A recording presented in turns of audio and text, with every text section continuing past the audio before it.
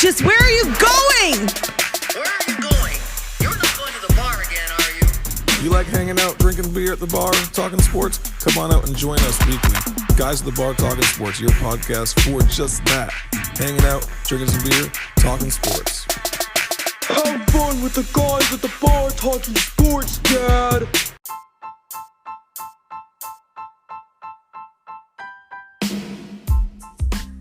Do you want to help support the show? Well, we're doing it for beer. So go ahead and buy us a beer.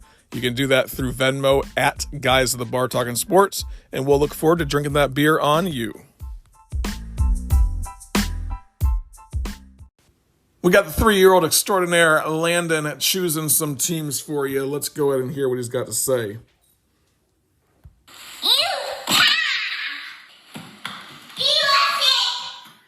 So USC is going to beat UCLA, and Oregon is going to lose to Utah in those games this weekend. If you're following them, you know what? You might be winning some money off the kid.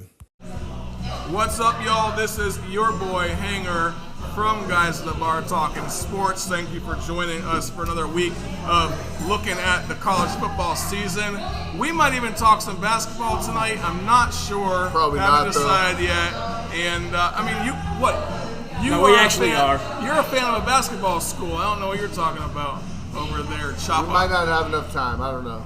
So, guys and gals, We did Bad Bath and Beyond. the first thing I was going to talk about today, because I did not realize it, was that we were doing the college football playoff committee's ranking, and they're not even doing theirs until after we're done with the show at 9 o'clock, right? Correct. So, I don't have anything to talk about right off the bat, but I did want to get into some college basketball then. I thought that would be a fun topic to just start off with. Let's go. I don't know anything that's going on in college basketball right now because I don't even start looking at college basketball until about middle of December when there's nothing going on really in football.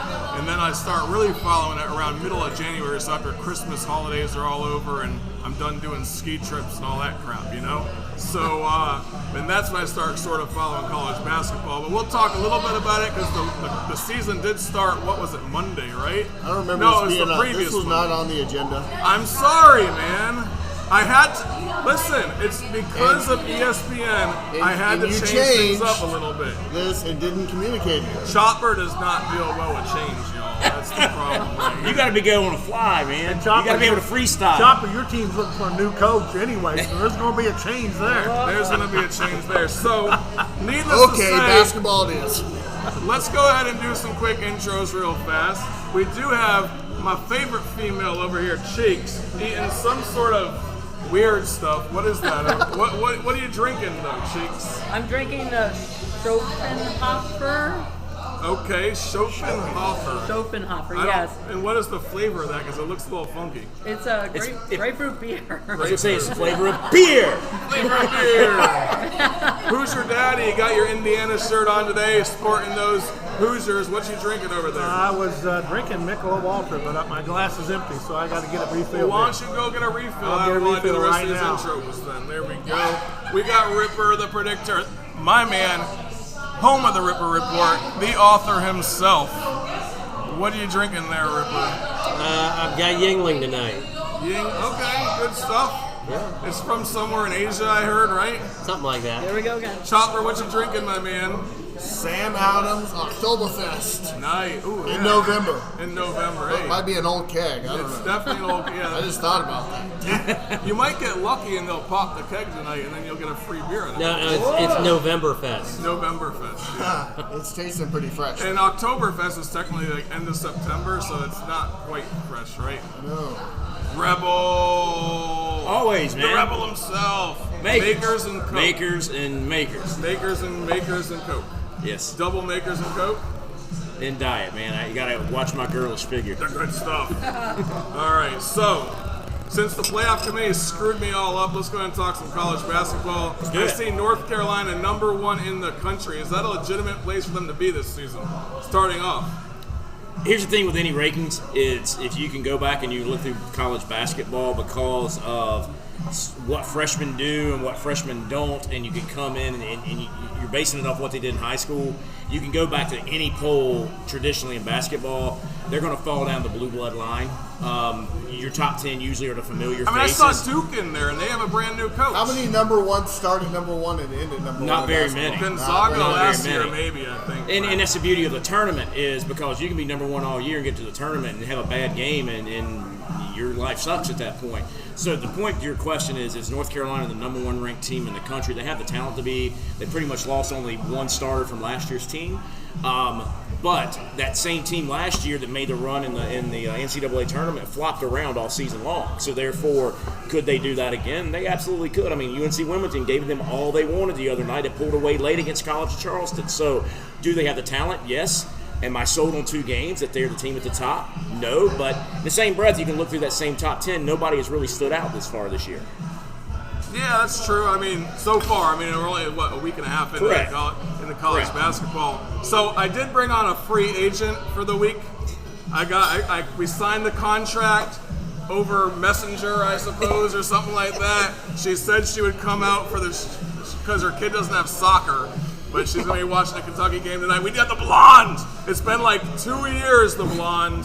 How's it going? Well, we were in the midst of basketball season when we COVID hit, so it kind of left behind, right? I know, and our fans have been missing you. Yes. But here she is. Kentucky's playing tonight. Are they going to win this game or what? It's against Michigan State. We're down at the half. Michigan State lost to Gonzaga a couple weeks ago. We play Gonzaga Sunday, so we go from Michigan State tonight to Gonzaga on Sunday. Oh, wow, okay. That's going to be a tough one. It's a test. That's a but headbanger right now.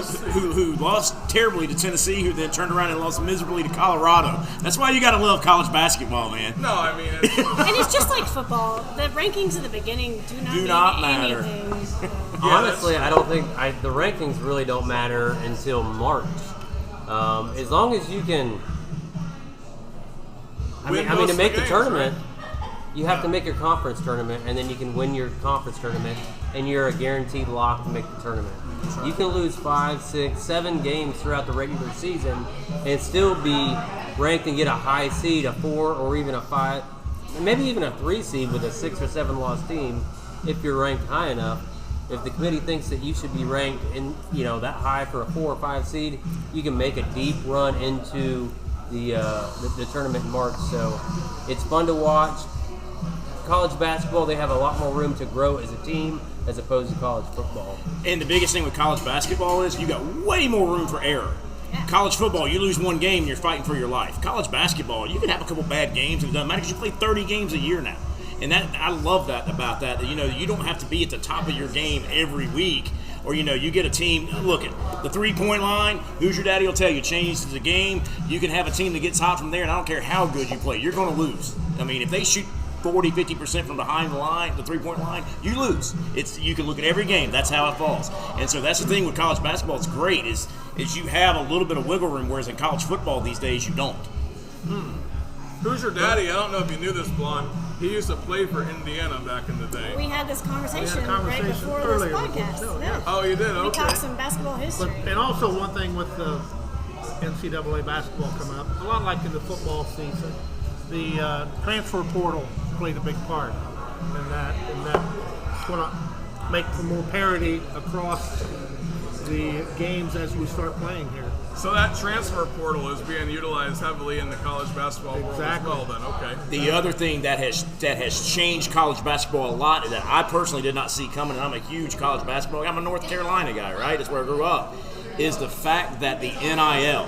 So the reason North Carolina has stacked that team this year is because they're getting more NIL money this year than they would have in a rookie contract going into the league, getting drafted in the second round or signing as a free agent. So what you're starting to see now is a lot more players staying in school because NIL money is getting them paid a lot earlier. And so now you're seeing these teams be able to keep really good talent in school a lot longer, which is changing the dynamic a lot.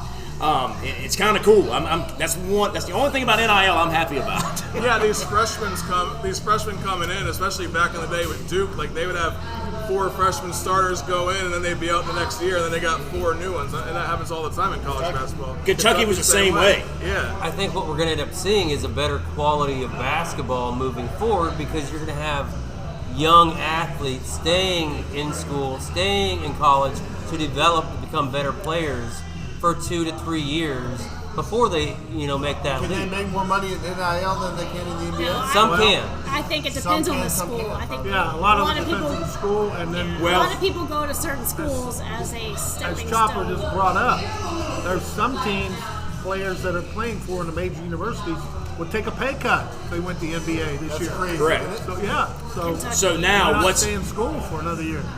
the assessments that were just given are spot on, but what's going to change that is a very not so secretive rumor is in the next collective bargaining agreement with the NBA, which actually dictates this rule, the one and done is gone. They're going to allow them to start coming out of the high schools again because they've got the G League, D League, whatever it is they want to call that, to where now they can go into that and make $60,000 a year. No. That's That's not what, about what the D League makes. That's honestly. what they make. They actually, I've heard it's like more like 40,000 for some of the players as But well. my point being is, if you go there, they can pull you up at any time they want to, and if you do, you go to the league minimum.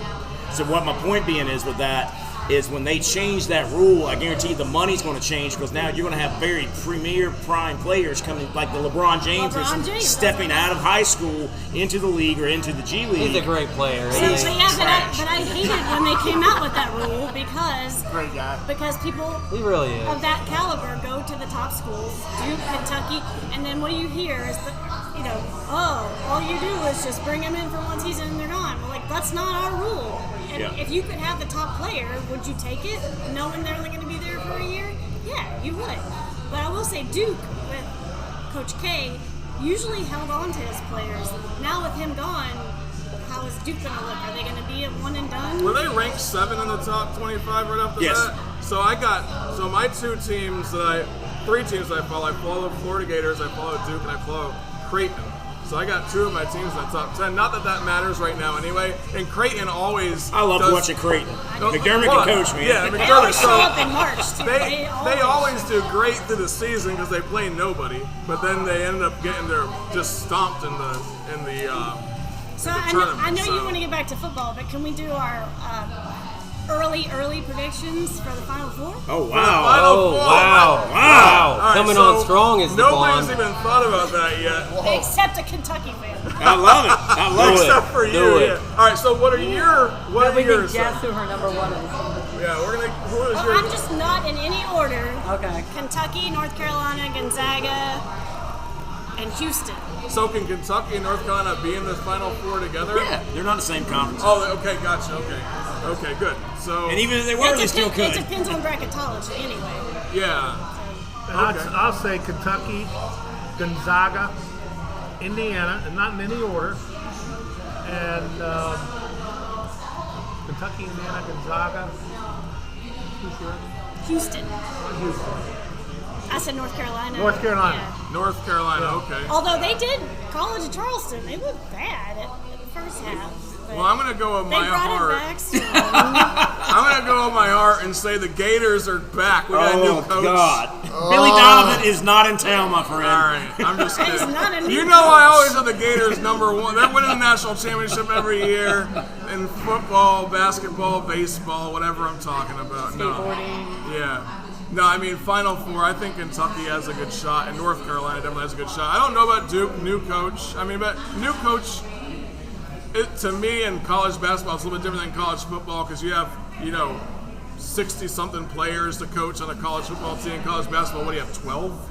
13, something like that? All right, I'm going to throw out my top 4. All right, Kansas, Kentucky, Texas, and Illinois. Going out on a Wow. limb with that one, huh? Not really. I don't know, but your predictions are always very. Who did you spot say on, again? so. Kansas, Kentucky, Texas, and Illinois.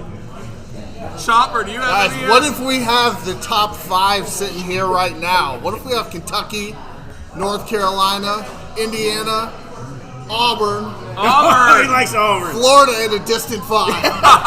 You're just gonna leave out Ohio State? Yeah. Oh, yeah, I think they're like 8. Is Okay, I'll take it. Where I'll is take it. Ohio State ranked preseason? Not Right ranked. now, they're not. It's Not not ranked. preseason. Because Right? They'll be a lot better. Preseason. Ohio My- State's going to be a lot better. Minor this, North Carolina, because of talent, if they don't, it's going to be considered a failed season. They could win the ACC. If they don't make the Final Four, it's a failed season coming off of what they did last year.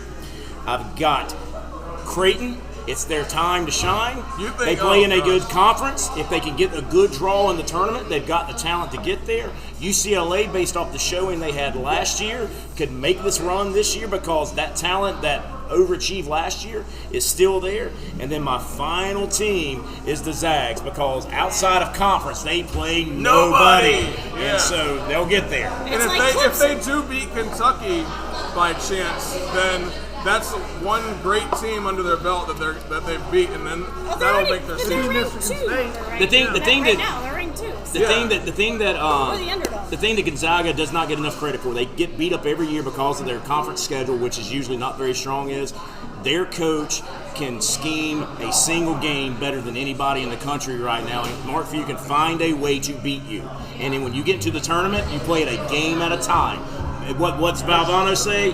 Win in advance. And that's what he knows how to do better than anybody in the country. Well, let's move on to football. Let's do it. Let's talk some football. Let's talk some football. I'm out of my element right now. I didn't even plan on talking about basketball when I came in But tonight. it's the Champions Classic. But it's a Champions Classic, baby. I don't even know what that is because I don't watch basketball until It's on the about blonde January. shirt. Okay, well, there we go. It's the same four teams every year. The most winning teams minus UCLA every year play. Gotcha. All right, number 10, Utah plays number 12, Oregon. Cameron Rising, quarterback over at Utah against Bo Nix. He went back to Bo Picks. Bo Picks. But they still have the second most total offense in the country right now, is my understanding, after Tennessee. So this is a game that's going to come down to that. I mean, what it comes down to is Oregon has a lot. I mean, they're out there just putting up points left and right. Utah's doing the same thing, but they have the veterans on their team. I don't know. I mean, in my opinion, I think that Utah has this game, but what are y'all's thoughts on that? Both teams right now are playing for number 2 in the Pac-12, assuming that USC wins the game against UCLA. So that's going to come down. Well, that's going to come down to it, right? So let's talk about that game real quick right here. Go. My thing is this: I think Utah wins the game basically because I think the air just got sucked out of the sails of Oregon. They had aspirations of a playoff possible berth if everything fell properly, and last week that dream died. But right now there. they have the Pac-12 championship to look forward to. I feel like at this point Utah does as well. So my point being is you come off of that letdown, you got two ways you can go. You can strap up the boots, take what you can get. But I feel like at this point, Oregon that's such a letdown. That is such an emotional low they're in right now. And Utah has been building, over the years. They had some early losses, so that's what I'm going. I know it's at Eugene. I get that, but I'm taking Utah in a close one. I disagree. I totally disagree. For two teams so evenly matched, and once again, you're talking about a team that just lost a sad game last Saturday. I think Oregon's going to rally and come back, and I think that everybody's going to rally behind Bo because Bo knows. Go ahead. I think Oregon has a lot to play for still. Yeah. Because they've won the season with a brand new coach. A defensive coach coming in there can't put up defense for nothing right now apparently. But a lot of teams can't. But you got a brand new coach, comes from Georgia, coaching this team, and they're doing that good this season. I think that's a win for him already. But then again, if they win this game, get to play in the Pac-12 championship, that's destiny right here. I know all games are independent of one another, but how many times have you seen this year a team on the up and up get kicked in the teeth and then they just fall apart? It's happened time and time again this year. Maybe this will be different. Well, Tennessee did 2 weeks ago against Georgia, and look what they did last week. But you can look at Syracuse. You can look at Wake Forest. You can look at a lot of them. Granted, I'm talking ACC schools. I get that. Right. But the ACC and the Pac-12 are a very different two beasts. And so that's what I'm afraid of is Oregon is just kind of, again, the air has just been taken out of them, and they're going to be flat. That's what I'm betting on. Ripper, go. I think this is going to be one of the most entertaining games Yes. of the weekend. Yes. Neither Lots of team, points. maybe not. I think it's going to be a close game. Neither team is playing for a chance to get to the playoffs, but both teams have an opportunity for a New Year's Six Bowl and to get to the Pac-12 championship and play spoiler to a potentially playoff USC team. So there's still something on the line for both of these teams to win in advance to get to the SEC or the Pac-12 championship. So I'm looking forward to watching this one. Chopper, are you rooting for Bo Nix right now? Absolutely. Yes. I've always loved Bo Nix. Yeah. Always I mean, loved Bo you Nix. were the biggest defender of Bo Nix even when he had acne. I've You got always, mad. I've always been a big defender of Bo Nix. And I started making fun of him with you guys a little bit, but I've always been a big defender of Bo Nix. So does he pull this out against Utah then? Yes. Okay, He's gotcha. got like 40 touchdowns this year, right, doesn't he? Oh yeah. I agree with Rebel. I've been with Utah since early on. You guys know that. Even Picked after them in my Florida, Final even Four. after Florida beat him. I picked them in my Final Four, but I just think that Oregon's going to be down a little bit, despite the fact the game is out of Oregon. And I'll step out on a limb and say Utah will win, but that means that Oregon will probably win the way I've been picking games. Yes. You know what my determining factor in this game was? Was the emphatic Utah from legend to Landon the legend in his picks. We do have him picking Utah in the show. That is true. So, okay, let's move on to the other top 25 matchup. There was only 2 this week, which Pac-12 saddens me. That's Pac-12 games we have to talk about. Important games. We do have some. Yeah, this is a very important game because it's going to USC. My game. Playoff implications. So give it to Cheeks. The game that Super Bowl. The game that Cheeks has been waiting for all year long, Yes. especially when UCLA started ripping it apart and doing well. USC number 7, number 12 UCLA. UCLA has 2 losses. USC has 1 loss. This is to determine whether USC does go to the Pac-12 championship. Right. And it'll determine if USC could really win this game, like put up a ton of points against UCLA. It'll make you a believer? No, I think that the committee will take that into account when they're looking at one-loss teams for the top 4, because there's going to be at least one one-loss team in the top 4. Well, keep this in mind. Tennessee, how great they've looked, they got really blown out, even though it was a 2-score game. They got blown out by Georgia. They did. USC's lost 1 game to a 2-loss Utah team by 1 point in Utah. Yeah. Now, if they get an opportunity to play them again in the Pac-12 championship, redeem that loss, finish as a 1-loss conference champion, that might get them over Tennessee. And the 1-loss conference champion, not a 1-loss conference champion like Tennessee would be. Tennessee will not have Ohio a conference State would be, championship. or Michigan would be. I'm just throwing out 3 teams that might be Them's fighting words, son. Well, I'm just saying, bro. We'll know next week, but I'm just letting you know. So, what do you think about this game, Cheeks? Give me some more. So I picked USC to win this one. Surprise. But I think the thing that we need to be the most concerned about, USC needs to be most concerned about, is that UCLA has a better running game than USC. They do. And the weakest part of the USC makeup is blocking the running game. So I think if they're going to get points, it's all going to be on the ground. I don't think it's going to be in the air for UCLA. So UCLA drives it down the middle, wears out that USC offense or defense, and you think that can be a determining That would factor? be the only way, I think. I mean, go ahead and tell the coach. I think that's I'll the give only him a call later tonight. But I'm still picking USC. All right. I'm still a Caleb believer. Now, who would have expected Lincoln Riley to do this his first season at UCLA? UCLA was not a good team last year. They historically have not been a good team since like 2002. If you remember, like the very first episode, Lincoln Riley was ranked like 15th in the country after a 3-9 season. Look where they are now. It's crazy. It is. They backed it up. Yeah, you did. Backed it up. Yeah. Rebel, give it to me. Well, my thing is this: I think USC wins the game. I think again they've still got aspirations of an outside chance of some sort of upset to get into the Final Four. They're not. If everybody plays out and wins out, they don't get in. They don't. But that being said, I said early on weeks back that Lincoln Riley, in my opinion, is the next Dabo. He's the next up and coming coach. That kid can do what he does. He's an offensive wizard.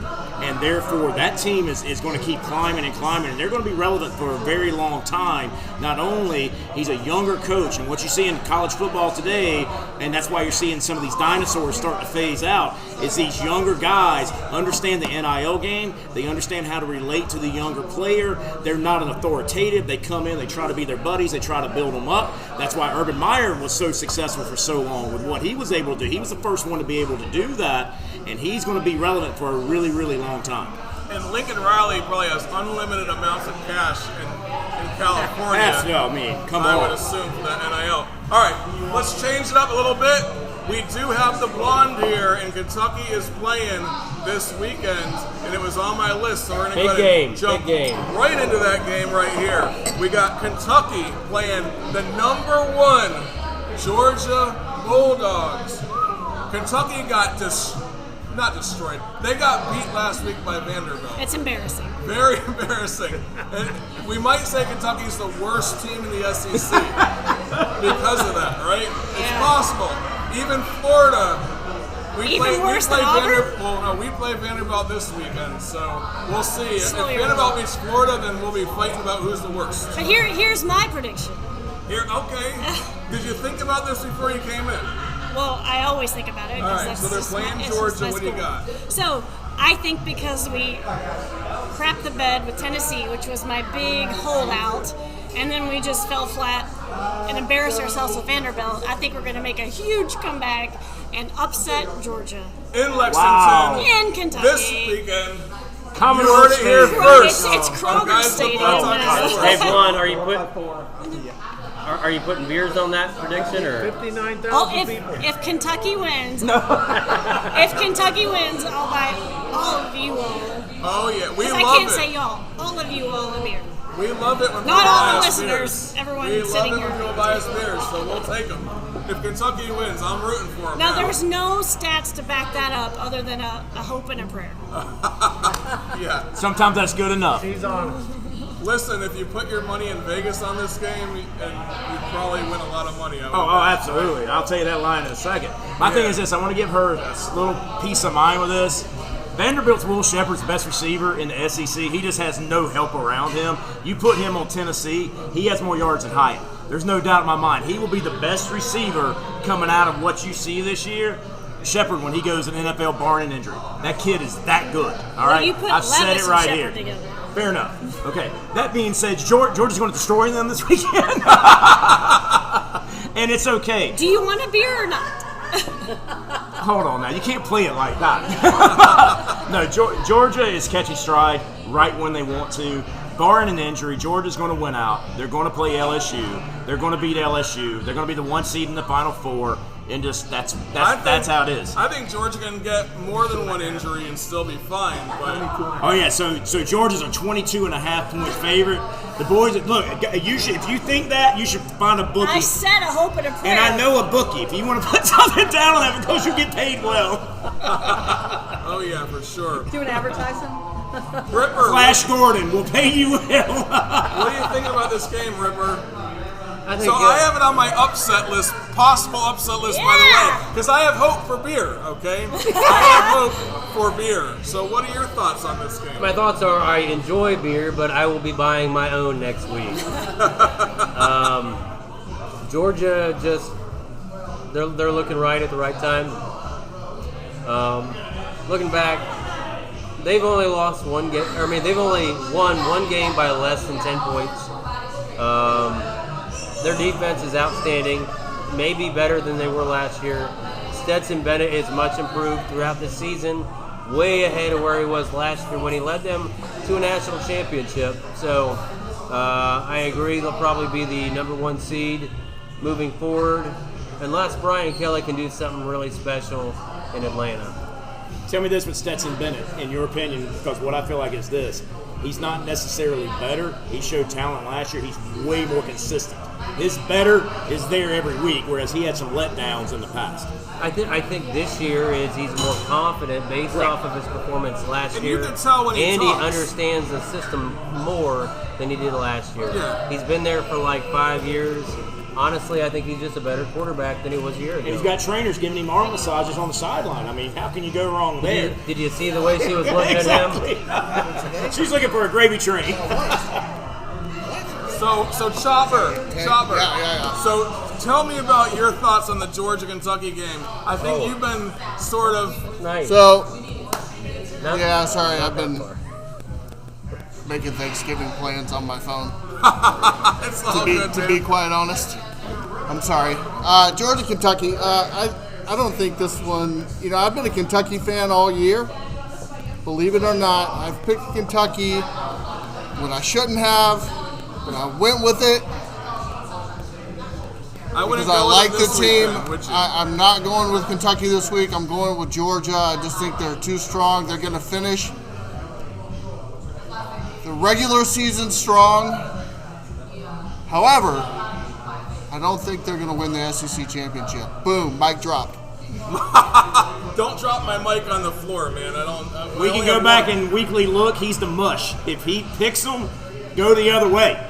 If you're going to bet it. I think the people in Vegas, they might actually listen to our show just to know who I've heard Ripper pick Kentucky a couple times. Ripper's picked Kentucky. Yeah, learn my lesson. Who's your daddy was a huge Kentucky guy. Who's your daddy might be wearing blue every week sometimes. I don't know about Everything Ripper picked last week was wrong. So he just picked Georgia, so that means Kentucky's going to win. So basically, make sure you read the Ripper Hey, report Cheeks, every when week. I call you out, at least I apologize first. Just saying. I was a big Kentucky fan at the beginning of the year, but yeah. I just sort of fell by the wayside, and I think Georgia's going to win. I mean, But I do think I'm going to put up yeah. blue Christmas lights outside this year. And I So. do believe come by and see them. in the SEC championship game, just like Chopper said, I think they'll go down. You think Georgia's going to lose to LSU? Yes. I will bet beer for a week on that. Well, we I only come won't here- take your offer on that because I know how much you drink. Fair enough.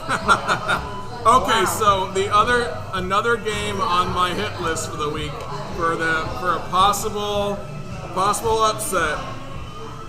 Illinois versus number 3 Michigan. At number 3 Michigan. Going to the big house. Here's my thoughts. I think this matchup is right here as the most likely upset of the week. Illinois is right now. They started off really strong, fell flat for the last couple of weeks.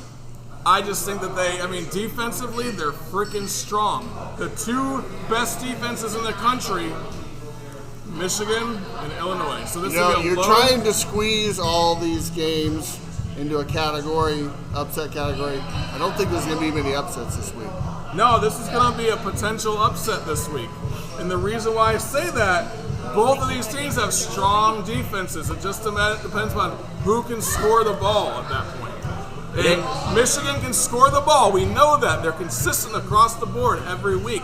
They're disciplined. Strong team. Illinois, different story. They've shown that they have weaknesses, but still. So this is why I don't think it's going to happen. Why don't you think it's going to happen? Chase Brown, the nation's leading running back, leading the country in yards total, got carted off the field last week. He's probably not going to play. If he does play, he's not going to be 100%. Oh, God, yeah. And he's going to have to run against the nation's best defense and the nation's best rushing defense, holding teams to like 70 yards a game. Okay, I'm going to scratch them off of my list because I just realized I just 21-7. realized the story. 21-7, the team up north. So still a low-scoring game. Yes. I got 24-7, I think is what I put out today. Give it to me. Wake Forest, Syracuse, BYU, Okie State. I'm telling you, Illinois is in the next lineup playing over their head. They lose a big game, and that crushes them. It breaks their spirit. They get run out of the gym. And Ripper has a great point. The one thing the carrot they can hang out there, the one thing they can hang their hat on is their running game. And even if he plays, he's not at 100%. Michigan crushes them because they've got a bigger game on the schedule that they're going to go for, and they're not going to overlook this. They're going to use this as a tune-up. As a 2, okay, yeah, because we know Ohio State has a much improved defense from last year, and they're going to be probably playing against a defense this week that's just as tough as Ohio State's defense. I think it's close in the first half. I think Michigan pulls it out in the second half. They've kind of had that trend all year long that they kind of get it going in the second half. Yeah, they start slow and then they start chugging. Yeah, I think this ends up being a 2+ score advantage Michigan. Okay, gotcha. All right, moving on to the next upset that I have on my list. Gamecock. No. Number He 4. skipped over them. Huh? Oh, sorry. He skipped over Gamecock. Okay, my bad. Yeah, that's the last one I'm talking about. No, TCU and Baylor. No, I got TCU and Baylor now, then we're going Right, to your Gamecock. number one was. Yeah, that's the grand finale, baby. That's the grand finale. Really? Yeah. Apologies. Well, we have a lot of Gamecocks fans on the show, or that listen to the show, That's you know? true. So More Tennessee people. I gotta and we have Tennessee people. We gotta pander to the fans, man. Absolutely. We're trying to get beers. We're bought pandering, for us. man. And by the way, we hadn't got a drink in a couple weeks. So you Tennessee folks, At Guys at the Bar Talking Sports. on Venmo. Venmo us some beer money, y'all. Good Lord. You know who gave me some money for $5 to buy me a drink? Mandy Frisbee, y'all. Oh, yeah. She gave me a beer. She sent me a beer. She said, I'm going to hook you up with a beer. Beer's for all that. $6.50. Yes, beers are $6.50 plus tax with tip. She needs to give you $3 more. I got a Yingling out of it. Come on now. All right. Guys at the Bar Talking Sports on Venmo. That's all you got to do. Look it up. You're not drinking beer tonight? I'm drinking whiskey. No, this was like 2 got a weeks. beer. This was like 2 weeks No, ago. Tanisha needs to send you another 5. Another 5. Maybe. Yeah, those are about $8. Thank you very much, Mandy. I know you're listening. Number 4, TCU against Baylor. Sorry. TCU was not favored to win the game last week. They did barely. I mean, it was a pretty solid win. The only thing that made it slightly close was there was a pick. I think it was like a pick 6 or something right at the end, right? Texas did, or a scooping score is what it was. So Someone said it was going to be a high-scoring game and TCU was going to lose. high scoring game TCU was going to lose. in the Texas game, last week. Yeah. A lot of people said that. I paid my debts. Yeah, yes, you did. And that was a extremely low-scoring game, and TCU won. That was one of them I got right. This game coming up this week, though, both of these defenses are suspect, man. Like, we know it. It's the Big 12. Suspect defenses. Offenses are off the chart. What are you looking at me like that for? Everybody Ripper? says the Big 12 doesn't have defense, but If you- that's not the case this year. If you look at How many their- did Texas score? where are they at on the list of total defense? They're like middle of the pack. No. around You 50, might be 51. talking about a team, but you can't put a whole entire conference in that I'm just saying. conversation. I'm saying both of I these think teams. Kansas State is like a top 10 defense. Okay, I'm saying TCU and Baylor, middle of the pack. Well, you said Big 12. Okay, well, I'm sticking up for those guys out in the Midwest. Historically speaking, we know the Big 12 they don't even recruit for defensive players. They just bring whoever is in from the high school locally. Your SEC bias is loud. Yeah, no kidding. They just bring in some local linebackers from the high school down the road and hoping that they can play, you know? But I go by statistics, and the quarterback for Baylor has half of the touchdowns of TCU, and he's got 4 times the interceptions. Yeah, so Baylor plays a sloppy football game. TCU is pretty much, offensively, I think they're in the top 10. So let's TCU's not stumbling. Like Right. Cheek said last week, this might be the week. I don't think they stumble. So TCU does not stumble this week. What do you think, Chopper? TCU does not stumble this week. However, they do stumble by the end of the season. Do you think they lose either next week or in the... They will not be in the Final Four. They will not be in the Final Four. Look, Rebel, give it to me. I've not been on that TCU bandwagon all year, even though I love the story of it all. I'm still not on the bandwagon. They're I'm really Cincinnati not. of last year. I really do think that. But here's what I would think. Here's what I compare them to. Is there was many, many years where Texas would kind of do what they were doing, and they would get to the championship game, and Texas A&M would smack them in the mouth every year. I think the problem with TCU is this. They've never been here. They did not see this coming. This has been very unexpected. They've been playing over their head. They will win out. They're going to beat Baylor this week. They're going to win out to the championship game, and the pressure is just going to be way too much for them. That's my opinion. And if I'm wrong, I'll eat my crow and say I'm wrong. But I think that's where TCU finally stumps their toes in the Big 12 championship game. If you were expected to be last in the Big 12, and now you're first in the Big 12, expected to win the championship, are you a believer in yourself at this point, or are you going to stumble? No, you are a believer in yourself, but what TCU has not had to do all year is play from behind. So therefore, if a team can get on, they have not had to get into a fourth quarter late against a really good team.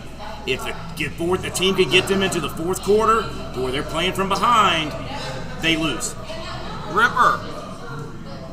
I'm not going to touch on that one, but I will say this. TCU's got a little playoff history. 2014, the first year of the playoffs, TCU was left out after an undefeated season. What kept them out was they did not have a Big 12 championship that year. Ohio State got in over them, actually ended up winning the national championship. TCU's got an opportunity to go undefeated, win the Big 12 championship, get a lock for a playoff spot. Not happening this year. Bears win. Wow, that's a bold prediction. It is at Baylor. So, Blonde, do you even know who TCU and Baylor are? Or do you just watch basketball? I absolutely do. Okay. The horny frogs. The horny frogs. wow. Wait. Horn toad. The horny toads. That's you gotta.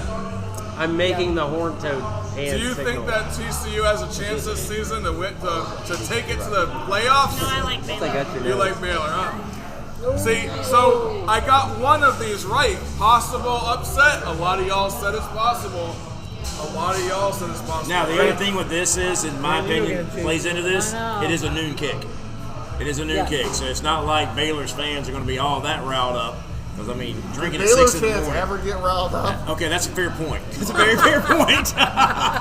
Yeah, you don't expect It's a nighttime in Baylor Stadium. Baylor's out doing brain surgery while other folks are out drinking, so... This isn't Baton Rouge. Yeah, these teams right here, they're not known for having like the craziest fan base whatsoever in Texas, right? All right, let's move on to one of my favorite subjects of the show. Now, Blonde, I know you listen to the show religiously every week. Absolutely. But we do have a new segment. You missed a game. You probably know what it's called too, right? What the fuck? What the fuck? Wow. I do have one prepared. Well, let's go ahead and start with you then. What the fuck? What the fuck, Blonde? What the fuck? I'm going to say there was a report that came out, and they've been saying it since the start of the season, that Kentucky's Will Levis is the first round draft pick for the NFL. For quarterbacks. As a Kentucky fan, I say, what the fuck? And this weekend when he gets destroyed by Georgia. He's got injury after injury after injury. And maybe it's his team that we don't get to see his full potential. I don't know. Calling him the most NFL-ready quarterback in this draft class. Based on his skill set, maybe it's some combine I don't know about that. Does he go number one then? I don't think that's happening. No. Oh, I'm sure the Panthers will draft him because they're just that stupid because David Tepper sucks. Wait a minute, they're starting Baker Mayfield this week. Proving my point. What the fuck, Rebel? So, what the fuzz is, since we kind of ran out a little tight on time to talk about the Tennessee-South Carolina game. Oh, we totally missed But it. that's okay. It's going to be a blowout. It doesn't matter. My what the fuzz is still about Tennessee, but it's about Tennessee basketball. Guys, here's this. You sit there, you beat the number 2 ranked team, Gonzaga, and then come back and you lose to Colorado. Tennessee, your problem is Rick Barnes. Rick Barnes had great teams at Clemson, couldn't get it done. He had Durant at Texas with Armstrong, couldn't get it done. Guys, you're going to see the prize, but you'll never get there. Get rid of Rick Barnes, Tennessee, and you might be a basketball school. What the fuck, Tennessee? What the fuck? Who's your daddy? Who's your daddy? I'm staying with the same team, Tennessee, and Rick Barnes may take them to the Final Four. Oh my God! But my what the fuzz with Tennessee? What are you doing? You're up 60-24 with 36 seconds to go in the game, and you run a rushing play for a touchdown instead of taking the knee. What the fuck, Tennessee? Run it up the score. And I know what people are saying. It's a vision or eye test. You want an eye test? Go to the eye doctor. You don't need to score a touchdown. Go see the blind. I'm going to tell you this. They were playing with third and fourth string guys. When those guys get in the game, they want to play. It doesn't matter. Let the man have his what the Take fuck. Take a knee. Have some class. Absolutely not. It ain't about class. It's about I'm getting reps. What the fuck, Ripper? All right, so tonight's What the Fuck is for the Rebel. Take a knee and have some class. Let Who's Your Daddy get his What the Fuck moment in. That was it. Wow. I didn't have one. No, you're good. What the fuck? Mine goes over to the NFL. I took a rest on it last week, but this week I want to talk about Washington's backup quarterback. I mean, it was an unfortunate 36 event by the Eagles last night, but in the fourth quarter, he snapped the ball. It was 3rd and 7, and he went to his knee because he wanted to keep the clock running. And when he went to his knee, 2 Eagles players hit him. Yep. They needed to touch him to make it all stop, but they hit him a little too hard right in front of the ref. The ref threw a flag, but he also fell to the ground, flailing arms, because Tom Brady taught him how to do it. What the fuck? What the fuck? He got up. All right, my what the fuck moment of the week. Mizzou football had a pretty good defense. We all said it last week during the show, right? We were talking about it. Mizzou, they have a solid defense, might not allow too many points against Tennessee, and Tennessee put up the most yards that they've ever put up in a game, 724 yards in a game. What the fuck, Mizzou? Get your defense together, bruh. What you got for me, Chopper? What the fuck? What the fuck? So, a few weeks ago, you remember we pulled out Jimbo Fisher's and Texas A&M's schedule, right? And we looked at it, and I said, I think this team is in major trouble. They won't make a bowl game. You called it. And this past weekend, he got hit by a Cadillac in Auburn, and they're not going to the bowl game. What the fuck? What the fuck? That's such a good story this week. Everyone was an Auburn fan this week. I was rooting for him too. I always root for Auburn, you know. Everybody loves Caddy. I'm especially Probably not the long-term solution, but he's good right now. Now, a lot of people are asking about him being the quarterback being the coach for the team long term. What are your thoughts on that? No, probably not the long-term solution for us. He's a good motivator right now. It's what you're seeing from the kids right now. I think it's reactionary. Whether or not that would position long-term, I don't know. I mean, he lost his first game, won his second. He doesn't have the experience. Good short-term. Yeah. Get the troops rallied. I'd hate to see him go out of Auburn on a bad note. Yeah, gotcha. Be nice whoever gets hired keeps him. Yeah. Oh, for sure. Yeah, for sure. All right, Rebel, I need your last call. You want me to go with someone else? Go with someone else. All right, give me a last. The blonde is so excited. Look at this girl. All right, because I'm ready to talk about anything but football at this point. The World Cup starts Sunday. What is that? Real football. We got a team, don't we? USA is you should look out for Team USA. My favorite is the Netherlands. I think men's World Cup in Qatar, however you want to say it, starts Sunday. The U.S. men's team plays Monday. That's their opening game against Wales. But I think USA has a great team this year. Okay, let's do it. So, Ripper, hit me. Give me your last call. Last call. So, because we're allowing y'all to talk about anything you want. This last call. I love It's it. unusual, right? my last call is. And that. I'm just kidding. Go ahead. My last call is pause. So, this past weekend, Cameron Babb. Last name's Babb, receiver for Ohio State, 5th-year senior. He's had to endure 4 ACL injuries, 2 on both legs. Finally made his first catch this past weekend, scored a touchdown. Very happy for him. Praise his teammates, praise his school, praise his God. Just a very humble man, and I think, probably not going to be on the football field, but great things are coming for him. It's just a great story to watch. Good character. Yeah. Good deal. Who's your daddy? Last call, my man. Mine goes back to the Kentucky basketball program. About 4 weeks ago, I talked about the coal miner that Calipari recognized. Well, he got to attend the UK game, and I know he was on the floor. Yeah, then he got to be the Y. Be the Y in Kentucky. So great. Oh, that's It's a cool. big deal to be Great the Y. That is, yeah. recognition for Coach Calipari and a guy that works hard in the coal mines. Nice. It's like a what can tuck. It's almost. Cheeks, what's your last call? I had 3, 2 of them were football, so I'm going with the non-football. NFL football. I'm going with college football. Okay, I'm asking everyone out there who's listening to go onto our Facebook page and give us the answer. I'll ask you guys first. Don't give us the answer if they answer it right, okay? So, what year was the longest field goal in college football? What team did the gentleman kick for? Got it. And how many yards was it?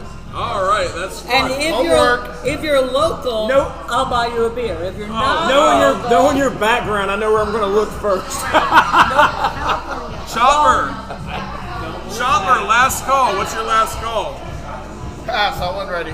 All right, and Rebel. Hit me. My last call is this. We've been saying that the picture in the Final Four that's going to play for the national championship in football, the cloudiness is starting to fade away.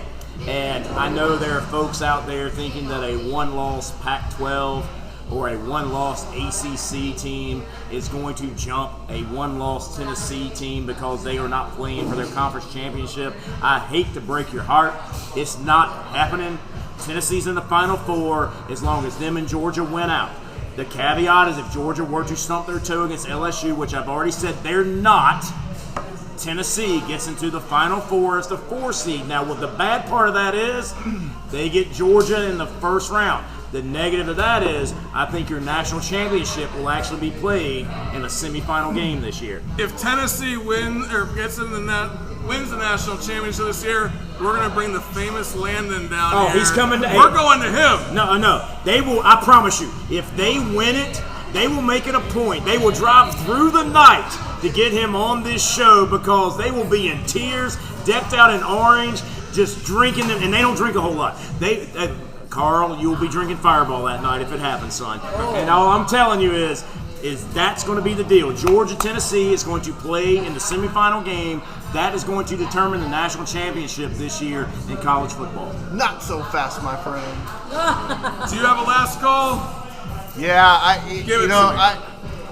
I'm really thinking that LSU is going to put a wrench in all of this. I just have a feeling that they're going to win Did you watch this game, and I think Georgia gets in too. I think this will be the first time in history that a 2-loss SEC team goes in to the Final Four with the SEC loser. Oh, that would be insane. I do not predict this happening at all. Hey, look, we've already established the mush. All right. My last call is on a serious note. Y'all need to be praying and praying for the family of the UVA players, of the entire UVA family. I just wanted to make that a note. We were all fun and games today, but that's a tragedy that happened, and I was like looking it up, just reading about it, crying about it. It was just a sad day for college football. One of the guys killed was a local Dorchester guy. He's a South Carolina native, so us being here, that really does hit it home. It's a sad day. Any tragedy like that happens, but here with sports, it's good to recognize it and pray for the families and pray for his team. They've got a game this weekend. Now they've got to try to put that behind. Sports is the last thing on their mind this week. And you know what, guys? We're thinking about you. We definitely keep them in your prayers, keep those families in your prayers, and then always keep on coming back to listen to some more Guys at the Bar Talking Sports! If you like the show and you want to help the guys grow the show, go ahead and go to your podcatcher and subscribe to the show. then you could also write us a review and give us 5 stars. If you do that, it'll help us grow the show. You could also join our Facebook group, which allows you to have camaraderie with other sports fans all over the country. You might even get a free beer out of it. So go ahead and join that group as well. And then check out our Substack, which is guysofthebartalkingsports.substack.com for weekly articles and the Ripper Report.